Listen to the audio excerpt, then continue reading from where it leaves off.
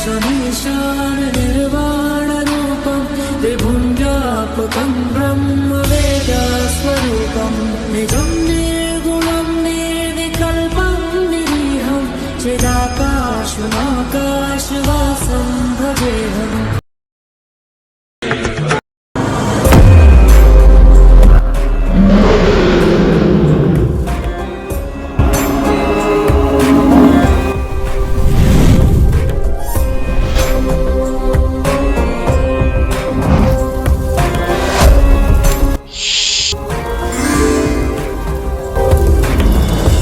मित्रों, हमारे साथ इस वीडियो में अंत तक बने रहिए, क्योंकि इस वीडियो में हम आपको शिव जी और शिवलिंग से जुड़े कई रहस्यमयी बातें और शिवलिंग के अनसुने राज बताएंगे, जैसे कि शिवलिंग पूजा भगवान शिव की पूजा लिंग रूप में भी क्यों होती है, शिव का अर्थ, शिवलिंग की उत्पत्ति की कथा तथा शिवलिंग के पूजन का आरंभ होने की कथा, शिव पुराण के अनुसार आगे की कथा, वेदों में शिवलिंग का क्या अर्थ है, निराकार ब्रह्म का प्रतीक लेकिन शिवलिंग ही क्यों, शिवलिंग अलग अलग आकर के क्यों होते हैं, रामायण में शिवलिंग, शिवलिंग हमें क्या संदेश देता है, अन्य ग्रंथों और पुराणों में शिवलिंग का अर्थ, शिवलिंग पूजा भगवान शिव की पूजा लिंग रूप में भी क्यों होती है, इसके पीछे की कथा और कारण शिव पुराण, लिंग पुराण, महाभारत एवं शिव महिम्न स्तोत्रम आदि में विस्तार से मिलता है। इन सभी में शिवलिंग को एक निराकार स्तंभ या स्कंभ कहा गया है, जिससे सब कुछ टिका हुआ है और जिस पर ध्यान टिका कर आदिकाल से ही लोग परब्रह्म की उपासना करते हुए आ रहे हैं। अतः शिवलिंग इस बात का सबसे बड़ा प्रमाण है कि हमारे यहाँ मूर्ति पूजा सदा से ही होती आ रही है। हम शिवलिंग के रूप में निराकार ईश्वर को भी आकार देकर उसकी उपासना करते हैं। इस निराकार स्तंभ का उल्लेख वेदों में भी किया गया है। स्कंभू दाधार दयावा पृथ्वी उभेगी में स्कंभू दधारो व्रतृक्षाम स्कंभू दाधार प्रदिश षडुर्विन स्कंभ ईद विश्वम भुवनमा विवेश अथर्ववेद कांड 10,735। महाभारत के अनुशासन पर्व के अध्याय 161 में भगवान श्री कृष्ण भगवान शिव के महात्मा का वर्णन करते हुए बताते हैं कि स्त्रीलिंगस यह नित्यम तस्मात् स्थान पूरितः लिंगन पूज्यता नित्यम महतीन श्री मश्नुते, अर्थात शिव सदा स्थिर रहते हैं, इसलिए उनका लिंग विग्रह भी सदा स्थिर रहता है और इसीलिए शिव स्तंभ भी कहलाते हैं। जो भगवान शंकर के श्री विग्रह अथवा लिंग की पूजा करता है वह सदा बहुत बड़ी संपत्ति का भागी होता है। शिवै को ब्रह्मरूपत्वा निष्कलः परिकीर्तितः रूपित्वात् सकलस्त्वतस्मात् सकल निष्कलः निष्कलत्वा निराकरण लिंगम तस्य समागतम सकलत्वा तथा वेरन साकारम तस्य संगतम सकलाकल रूपद ब्रह्मा शब्दाभिधर परः लिंगे च वेरे च नित्यम भक्ष्यते जनः। शिव का अर्थ, शिव का अर्थ ब्रह्मा, त्रिदेव, शुभ, श्रेष्ठ और कल्याणकारी से भी है, जैसे शुक्ल यजुर्वेद का अंश शिव, शिव संकल्प सूक्त, मन को शुभ और कल्याणकारी संकल्पों से युक्त बनाने के उद्देश्य से ईश्वर से की गई प्रार्थना है। ये शिव तत्व के ही प्रतीक को शिवलिंग कहा जाता है। श्वेत ज्योति स्वरूप होने के कारण शिव को कर्पूर गौरम कहते हैं। गोस्वामी तुलसीदास जी ने उन्हें निराकार मोमकार मूलम बताया है, अर्थात वे निराकार ओंकार व विश्व के मूल हैं, जन्मरहित हैं, नित्य हैं, कारण के भी कारण हैं, कल्याणकारी हैं, एक हैं, प्रकाशदायी को भी प्रकाश प्रदान करने वाले हैं। शिवलिंग की उत्पत्ति की कथा तथा शिवलिंग के पूजन का आरंभ होने की कथा। शिवलिंग की उत्पत्ति की कथा शिव पुराण के विद्याश्वर संहिता और लिंग पुराण के 17वें अध्याय के अनुसार एक बार महर्षि गण परस्पर वाद विवाद में फंस गए। तब वे सब अपनी शंकाओं के समाधान के लिए सृष्टिकर्ता ब्रह्मा जी के पास गए। ऋषिगणों ने ब्रह्मा जी से पूछा कि सभी देवताओं का पूजन तो मूर्ति रूप में होता है, परंतु शिव का पूजन मूर्ति और लिंग दोनों ही रूपों में क्यों किया जाता है? लिंग क्या है तथा लिंगी कौन है? यह लिंग कैसे उत्पन्न हुआ? तब सूत जी कहते हैं, भगवान शिव ही ब्रह्मरूप होने के कारण निराकार कहे गए हैं। रूपवान होने के कारण वे साकार भी हैं।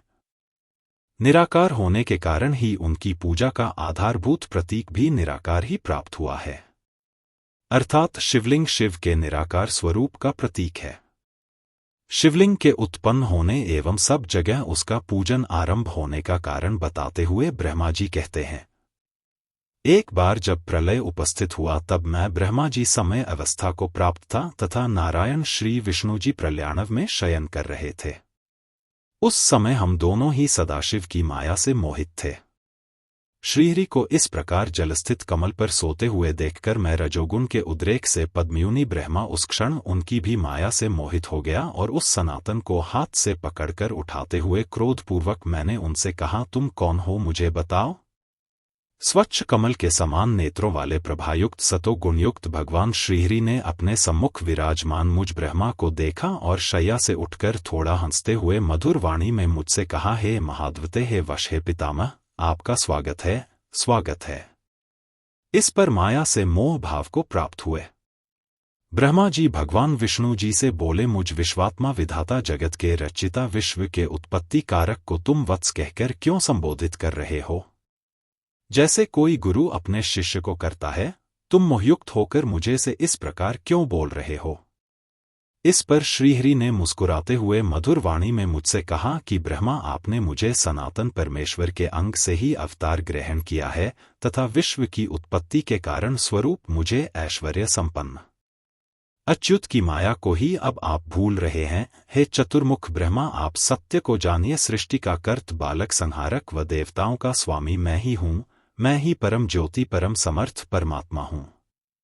आप ब्रह्मा सहित अनेक ब्रह्मांड मेरी माया के प्रभाव से ही विकसित हैं।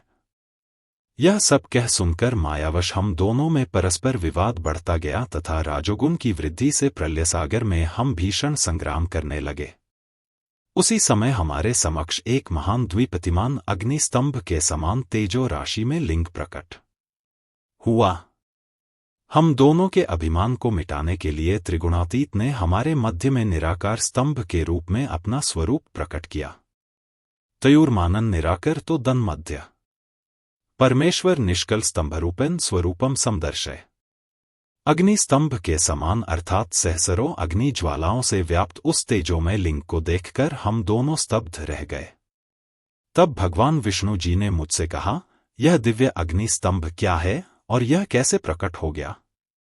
हमें इसकी ऊंचाई और इसकी जड़ का पता लगाना चाहिए। अतः मैं इस अनुपम अग्नि स्तंभ के नीचे जाता हूं और आप प्रयत्नपूर्वक शीघ्र इसके ऊपर जाइए। तब विष्णु जी अपराजय वराह का रूप धारण करके उस अग्नि स्तंभ के समान उस लिंग के नितांत नीचे की ओर गए और इस प्रकार 1000 वर्ष तक वे वेगपूर्वक नीचे की ओर जाते रहे, किंतु वे अग्नि के समान तेजस्वी उस स्तंभ का आधार देख न सके।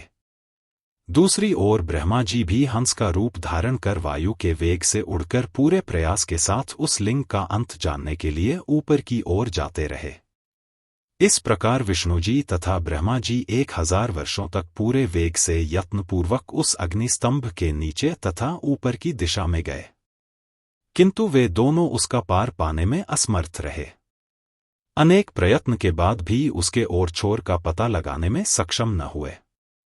लिंग पुराण के अनुसार तब दोनों देव श्रद्धा एवं भक्ति के अतिरेक से भर गए तथा भवाभिभूत होकर उन्होंने अभी प्रस्तुतियों द्वारा उस अग्नि स्तंभ की स्तुति की एवं साक्षात रूप में प्रकट होने की प्रार्थना की। तब सदाशिव उन दोनों के सम्मुख स्वयं आकर प्रकट हो गए और दोनों को इच्छित वरदान दिया। तब भगवान विष्णु जी ने सदाशिव पर दृढ़ भक्ति का ही वरदान मांगा। श्रीलिंग महापुराण में वर्णित कथा के अनुसार ब्रह्मा जी एवं विष्णु जी का यह विवाद अत्यंत मंगलकारी सिद्ध हुआ, क्योंकि इसे समाप्त करने के लिए शिव स्वयं वहां प्रकट हुए। उसी समय से लोकों में शिवलिंग के पूजन की प्रसिद्धि व्याप्त हो गई। प्रधानन लिंग माख्यातन लिंगिज परमेश्वर रक्षार्थ मम्बोधो महे विष्णुस्वासित स्वरोत्मा तथा प्रभृति लोकेश्वर लिंगार्चा। सुप्रतिष्ठिता लयनाल लिंग में न्यूनतम तत्व एवं निखिलन सुराग। ब्रह्मा जी ने कहा कि प्रधान को लिंग तथा परमेश्वर को लिंगी कहा गया है। यह मेरी तथा विष्णु जी की रक्षा के लिए समुद्र में प्रकट हुआ था। उसी समय से लोकों में शिवलिंग के पूजन की प्रसिद्धि व्याप्त हो गई। समग्र जगत को अपने में लय करने के कारण यह लिंग कहा गया है। शिव पुराण के अनुसार आगे की कथा। वहीं शिव पुराण के अनुसार आगे की कथा इस प्रकार है। जब दोनों ही उस स्तंभ का आदिगण देखने में असमर्थ रहे तब तक हारकर विष्णुजी रणभूमि में वापस आ गए। दूसरी ओर वापस आते हुए ब्रह्मा जी ने मार्ग में अद्भुत ककेवरे पुष्प को गिरते हुए देखा। अनेक वर्षों से गिरते रहने पर भी वह ताजा और अति सुगंधयुक्त था। उस पुष्प को देखकर ब्रह्मा जी ने उससे पूछा, हे पुष्पराज, तुम्हें किसने धारण कर रखा है और तुम क्यों गिर रहे हो? केवरे ने उत्तर दिया, मैं इस पुरातन और अप्रमेय स्तंभ के बीच से बहुत समय से गिर रहा हूं, फिर भी इसके आदि को नहीं देख सका। अतः आप भी इस स्तंभ का अंत देखने की आशा छोड़ दे। तब ब्रह्मा जी ने कहा, मैं तो हंस का रूप लेकर इसका अंत देखने के लिए ही आया था। हे मित्र, मेरा एक अभिर्षित कार्य करो, मेरे साथ भगवान श्रीहरि के पास चलकर तुम्हें सिर्फ इतना कहना है कि ब्रह्मा ने इस स्तंभ का अंत देख लिया है और मैं इस बात का साक्षी हूं। केतकी से ऐसा कहकर ब्रह्मा जी ने उसे बार बार प्रणाम किया और कहा कि आपातकाल में तो मिथ्या भाषण को भी उचित माना गया है। वहीं अति परिश्रम से थके और स्तंभ का अंत न मिलने से उदास विष्णु जी को देखकर ब्रह्मा जी प्रसन्नता से नाच उठे और मिथ्या बातें बनाते हुए अच्युत विष्णु जी से कहने लगे, हे हरि, मैंने इस स्तंभ का अग्रभाग्य देख लिया है, इसका साक्षी यह केतकी पुष्प है। और तब उस केतकी ने भी विष्णु जी के समक्ष कह दिया कि ब्रह्मा जी की बात सत्य है। भगवान विष्णु जी ने उस बात को सत्य मानकर ब्रह्मा जी को प्रणाम किया और उनका षोडशोपचार पूजन भी किया। उसी समय ब्रह्मा जी को दंडित करने के लिए उस प्रज्वलित स्तंभ लिंग से सदाशिव प्रकट हो गए। सदाशिव को प्रकट हुआ देखकर विष्णु जी उठकर खड़े हो गए और उनके चरण पकड़कर कहने लगे, हे करुणाकर, आदि और अंत से रहित शरीर वाले आप परमेश्वर के विषय में मैंने मोहबुद्धि से अनेक प्रकार के विचार किए, किंतु कामनाओं से उत्पन्न वह विचार सफल नहीं हुआ। अतः आप हम पर प्रसन्न हो, हमारे इस पाप को नष्ट कर हमें क्षमा करें। यह सब आपकी लीला से ही हुआ है। सदाशिव भगवान विष्णु जी की सत्यनिष्ठा एवं सरलता से अत्यंत प्रसन्न हुए। वहीं वे ब्रह्मा जी के मिथ्या भाषण पर बहुत क्रोधित हुए। तब ब्रह्मा जी की रक्षा करने के लिए कृपालु विष्णु जी ने सदाशिव के चरण कमलों को अपने अश्रुजल से भिगोते हुए हाथ जोड़कर प्रार्थना की और कहा है, ईश, इनका अपराध क्षमा करें और इन पर प्रसन्न हो। भगवान अच्युत विष्णु जी के द्वारा इस प्रकार प्रार्थना किए जाने पर शिवजी ने ब्रह्मा जी से कहा, हे ब्रह्मा, श्रेष्ठता पाने के चक्कर में आप षटेशत्व को प्राप्त हो गए हैं, इसलिए संसार में आपका सत्कार नहीं होगा और आपके मंदिर तथा पूजनोत्सव आदि नहीं होंगे। मैं आपको एक परम दुर्लभ वरदान भी देता हूं। अग्निहोत्री आदि वैधानिक एवं गृह यज्ञों में आप ही श्रेष्ठ रहेंगे। सर्वांगपूर्ण और पुष्कल दक्षिणा वाला यज्ञ भी आपके बिना निष्फल होगा। इसी के साथ सदाशिव ने कहा, हे पुत्रों, आज का दिन महान है, इसमें तुम सब द्वारा जो आज मेरा पूजन हुआ है, मैं तुम सब पर बहुत प्रसन्न हूं। यह दिन परम पवित्र और महान होगा। आज की यह तिथि शिवरात्रि के नाम से विख्यात होगी और अनंत ज्योति स्तंभ यह लिंग सब प्रकार के भोगों को सुलभ करने वाला और भोग तथा मोक्ष का साधन होगा। इसका दर्शन, स्पर्श तथा ध्यान प्राणियों को जन्म और मृत्यु से मुक्ति दिलाने वाला होगा तथा प्रवृत्ति लोकेश्वर निष्कलन लिंग महेश चरम सकलंच तथा वीरन शिवसेना और प्रकल्पितम। उसी समय से लोक में परमेश्वर शंकर के निर्गुण लिंग और सगुण मूर्ति की पूजा प्रचलित हुई।